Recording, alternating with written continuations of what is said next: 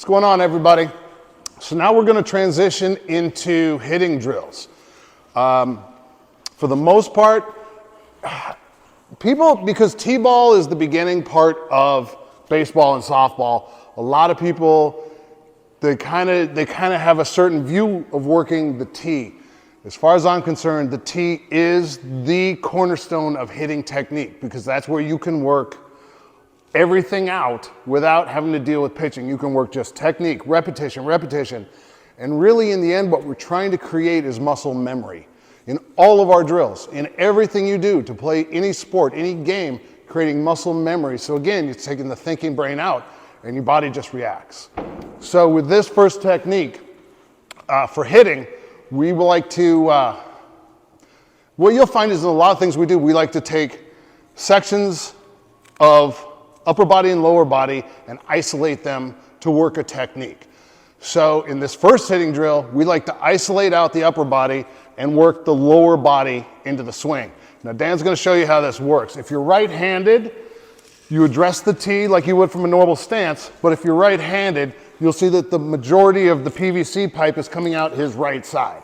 So he's going to address the soccer ball as if that's just a regular ball on the tee, and from here, he just swings the PVC pipe to the soccer ball.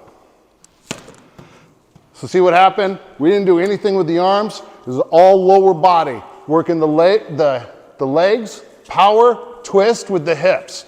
That's all we were doing, just isolate it out. When you run this drill, work it about five hits, swap your player out, have that next player go 5 hits, and then you can just keep going and progressing from there.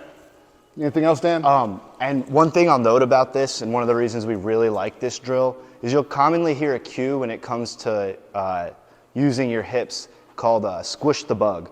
Not a huge fan of that cue because it's not really illustrating the idea that your hips actually move forward into the ball, your momentum moves forward into the ball. So if you break down, if you go watch swings from the best hitters in the MLB, you'll see them step and their hips will rotate so powerfully that sometimes their foot might actually come off the ground because of how explosive they are into the ball. So if you teach squish the bug, my hips are still not even squared up to the pitcher right here. So that's why it's not necessarily a cue I like to use.